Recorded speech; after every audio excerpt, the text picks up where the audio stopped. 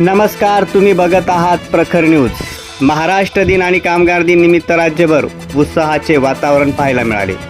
याच उत्सवात सटाणा तालुक्यातल्या इरा इंटरनॅशनल स्कूल केरसाने येथे हा दिवस मोठ्या उत्साहात साजरा करण्यात आला आहे।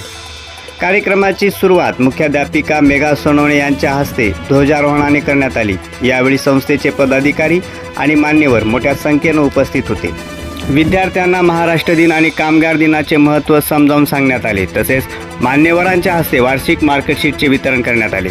एकूणच मराठी अस्मितेचा अभिमान आणि कष्टकरी वर्गाचा सन्मान जपत हा कार्यक्रम उत्साहात आणि प्रेरणादायी वातावरणात पार पडला। प्रखर न्यूजसाठी भगवान पवार, पिंपळदर।